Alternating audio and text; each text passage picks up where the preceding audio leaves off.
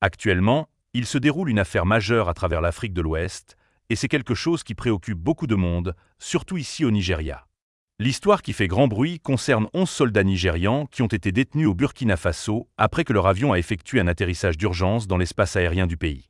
Cet incident a fait la une des actualités, et il y a beaucoup de confusion et de rumeurs qui circulent, certains rapports suggérant même que ces soldats pourraient encourir la prison à vie. Mais nous devons tout décortiquer et obtenir la véritable histoire pour que nous puissions tous comprendre ce qui se passe. Pour commencer, parlons de ce qui s'est passé. Le 8 décembre 2025, un avion de transport militaire C-3 de l'armée de l'air nigériane survolait le ciel lorsqu'il a rencontré un problème technique. Or, quiconque s'y connaît un peu en voyage aérien comprend à quel point cela peut être grave. L'équipage savait qu'il devait atterrir. Ils ont donc effectué une déviation d'urgence vers Bobo-Dioulasso, qui est la deuxième plus grande ville du Burkina Faso. L'armée burkinabé n'était pas exactement ravie de cet atterrissage. Ils ont rapidement détenu les 11 soldats qui se trouvaient à bord et saisi l'aéronef. Le gouvernement burkinabé a déclaré que l'avion avait violé son espace aérien, ce qui est une affaire grave dans n'importe quel pays, surtout lorsqu'il s'agit d'un aéronef militaire. Vous pouvez imaginer que les tensions étaient vives. Selon leur armée, l'avion n'avait pas l'autorisation de pénétrer dans leur espace aérien et cela a été perçu comme une violation de leur souveraineté. Mais c'est là que les choses deviennent intéressantes. Du côté nigérian, l'armée n'est pas d'accord avec la version des faits du Burkina Faso. L'armée de l'air nigériane insiste sur le fait que l'avion suivait simplement les procédures internationales standards pour un atterrissage d'urgence. Ils affirment que l'avion ne faisait aucun mouvement non autorisé. Il a simplement subi une défaillance technique et a dû atterrir sur l'aérodrome le plus proche, qui s'est trouvé être au Burkina Faso. Je sais que c'est beaucoup d'informations à assimiler, donc si vous suivez, n'hésitez pas à aimer cette vidéo et à vous abonner pour rester informé alors que nous suivons l'évolution de cette histoire. Il y a donc un énorme écart entre les récits des deux pays sur ce qui s'est passé. Le Burkina Faso affirme qu'il s'agissait d'un acte d'agression, tandis que le Nigeria soutient qu'il s'agissait d'une simple urgence. Et le fait est que les deux pays ont leur raison de voir les choses ainsi. Le Burkina Faso, pour sa part, traverse beaucoup d'instabilité politique. Il fait partie de l'Alliance des États du Sahel, qui comprend le Mali et le Niger, des pays qui se sont récemment détachés de la Communauté économique des États de l'Afrique de l'Ouest, CEDEAO. Il faut comprendre que la CEDEAO est dirigée par le Nigeria et que le Nigeria est un acteur clé des opérations de maintien de la paix dans la région. Donc tout conflit entre le Nigeria et ces pays est un signal d'alarme. Et laissez-moi faire une pause ici. Je suis sûr que beaucoup d'entre vous se demandent, pourquoi détiendraient-ils des soldats nigérians? Pourquoi en ferait-il tout un plat à propos de ce qui semble être un problème technique? Eh bien, la réponse réside dans la dynamique politique complexe de la région. La région du Sahel, où se situent des pays comme le Mali, le Niger et le Burkina Faso, connaît beaucoup de bouleversements politiques et les interventions militaires font partie de l'équation. Parlons maintenant des soldats qui ont été détenus. Ce n'étaient pas n'importe quels soldats. C'étaient des membres hautement entraînés de l'armée nigériane et leur mission n'était pas de créer des problèmes ou de s'impliquer dans une action militaire au Burkina Faso. Mais pour le Burkina Faso, leur présence dans son espace aérien à un moment où les tensions étaient déjà vives était une préoccupation sérieuse. Et c'est là que commencent les spéculations. Certaines personnes se demandent si toute cette affaire n'était pas en réalité plus liée à des luttes de pouvoir régionales qu'à l'atterrissage lui-même. Mais c'est là que la confusion s'épaissit encore. Certains rapports ont suggéré que ces soldats pourraient être passibles de la prison à vie s'ils étaient reconnus coupables d'avoir violé l'espace aérien du Burkina Faso.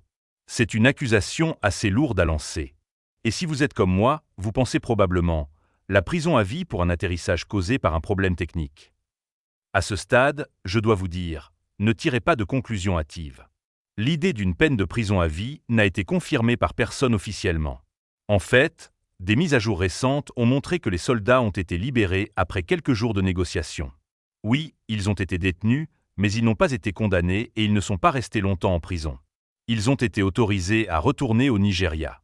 Et même si les choses sont encore un peu tendues, il semble qu'ils vont bien s'en sortir. Mais, vous savez, nous ne pouvons pas oublier la situation dans son ensemble.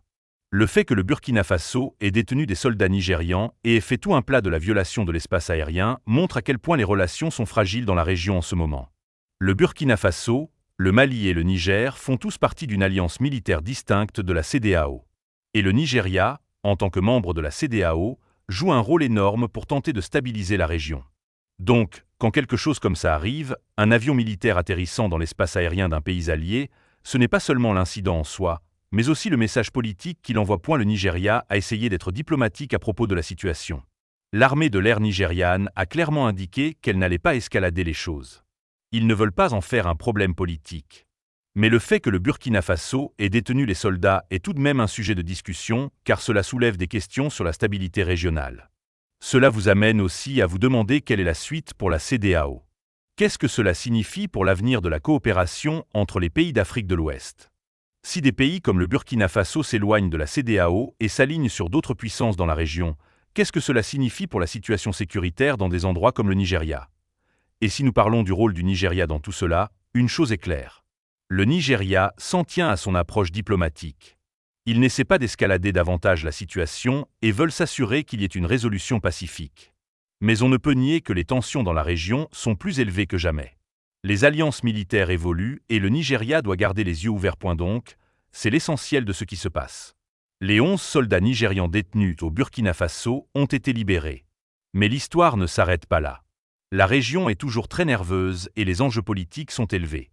Pour ceux d'entre vous qui ne suivent pas le côté politique des choses, laissez-moi vous l'expliquer. La CEDEAO, la Communauté économique des États de l'Afrique de l'Ouest, est au centre du maintien de la paix et des interventions militaires dans la région depuis des années. Le Nigeria, en tant que membre principal, a souvent joué le rôle de pacificateur, intervenant pour tenter de résoudre les conflits entre pays voisins. Mais avec des pays comme le Burkina Faso, le Mali et le Niger qui se détachent de la CEDEAO, c'est comme si la région se divisait en différentes factions. Et quand quelque chose comme ça arrive, un avion militaire forcé d'atterrir dans un pays déjà mécontent de la CEDEAO, cela ajoute de l'huile sur le feu. Les canaux diplomatiques sont mis à l'épreuve et la confiance est fragilisée. Vous devez vous demander, combien de temps encore le Nigeria pourra-t-il jouer le rôle de pacificateur si les pays qui laissaient d'aider s'éloignent du bloc même auquel il appartient? Cette situation est un exemple parfait de la façon dont les alliances politiques peuvent devenir désordonnées. Et je ne sais pas pour vous, mais cela me fait réfléchir à l'avenir de la stabilité régionale en Afrique. Si les pays choisissent leur camp et se détachent d'organisations collectives comme la CEDEAO, qu'est-ce que cela signifie pour des pays comme le Nigeria qui tentent de maintenir la paix et la stabilité? Et imaginez juste ce qui se passerait si des incidents comme celui-ci continuaient à se produire. Que se passe-t-il lorsqu'un petit malentendu ou une erreur de communication se transforme en une crise à part entière? La réalité est que ce genre d'événement peut s'emballer rapidement. Donc, je veux vraiment connaître votre avis à ce sujet. Pensez-vous que le Nigeria devrait adopter une position plus agressive ou pensez-vous qu'il fait la bonne chose en restant calme et diplomatique? Faites-moi savoir dans les commentaires ci-dessous. Et n'oubliez pas d'aimer la vidéo pour faire vivre la conversation. Il y a aussi la question de la perception du public. D'un point de vue nigérian, il est difficile de ne pas se sentir frustré par la façon dont toute la situation s'est déroulée. De nombreux Nigérians ont exprimé leur colère en ligne, disant que leurs soldats avaient été injustement détenus. Je veux dire, qui pourrait leur en vouloir?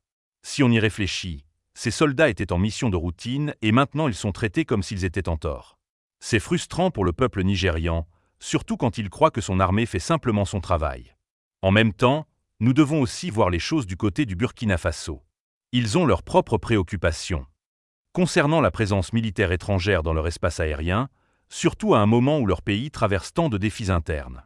Ils ont dû faire face à des insurrections, des difficultés économiques et de l'instabilité politique.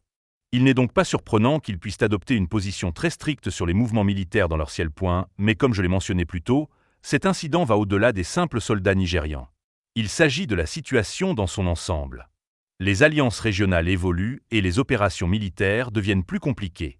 Si ces tensions persistent, on ne sait pas comment elles pourraient affecter la situation sécuritaire plus large à travers l'Afrique de l'Ouest. Nous avons déjà vu à quelle vitesse les choses peuvent escalader dans des pays comme le Mali et le Niger. Et maintenant, avec le Burkina Faso impliqué, toute la région est sur le qui-vive. Et n'oublions pas que le rôle du Nigeria dans la région ne se limite pas à la puissance militaire. Le Nigeria a été au centre des efforts pour faire face à la crise humanitaire causée par les insurrections et les guerres civiles qui se déroulent dans des pays comme le Mali et le Burkina Faso. Donc, quand quelque chose comme ça arrive, cela vous fait vous demander combien de temps encore le Nigeria pourra porter ce fardeau. Surtout lorsque ses propres voisins ne sont pas aussi coopératifs qu'autrefois. Encore une fois, je veux avoir de vos nouvelles. Selon vous, comment cet incident affectera-t-il le rôle du Nigeria dans la région?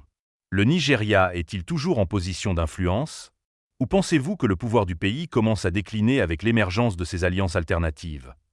Parlons maintenant du côté juridique des choses. Bien que cet incident ait pu commencer comme un atterrissage d'urgence, Le fait qu'il soit devenu un problème juridique avec des peines potentielles au-dessus de la tête des soldats met vraiment en lumière la nature complexe du droit international dans de telles situations. Nous parlons de souveraineté, de violation de l'espace aérien et de protocoles militaires qui diffèrent pour chaque pays. Que se passe-t-il quand quelque chose comme ça arrive? Quel est le protocole pour détenir du personnel militaire étranger? Comment la communauté internationale devrait-elle gérer des situations comme celle-ci? Ce n'est pas aussi simple que de dire « et les soldats avaient tort ». Il y a tout un cadre juridique qui doit être pris en compte. En parlant de loi, on ne peut oublier que le Nigeria a une forte tradition militaire. Nous avons participé à des efforts internationaux de maintien de la paix et nous avons toujours travaillé dur pour maintenir la paix et la stabilité dans la région. Mais que se passe-t-il lorsque les lois d'un pays entrent en conflit avec les actions d'un autre? Comment le résoudre sans empirer les choses? Ce sont le genre de questions auxquelles les dirigeants doivent répondre lorsque des incidents internationaux comme celui-ci se produisent. Mais encore une fois, nous ne pouvons pas nous perdre dans les aspects techniques de tout cela. La plus grande question reste: qu'est-ce que cela signifie pour la relation entre le Nigeria et le Burkina Faso à l'avenir? La tension entre les deux pays a définitivement augmenté, et même si les soldats ont été libérés, il y a encore un sentiment de malaise dans l'air. Alors que la situation continue d'évoluer, de nombreuses questions restent sans réponse. Ces tensions conduiront-elles à plus de problèmes diplomatiques? Y aura-t-il des conséquences durables pour la relation entre le Nigeria et le Burkina Faso? Et comment la CEDEAO gérera-t-elle cette situation à l'avenir? Je sais que c'est beaucoup à digérer, mais je veux savoir ce que vous en pensez tous.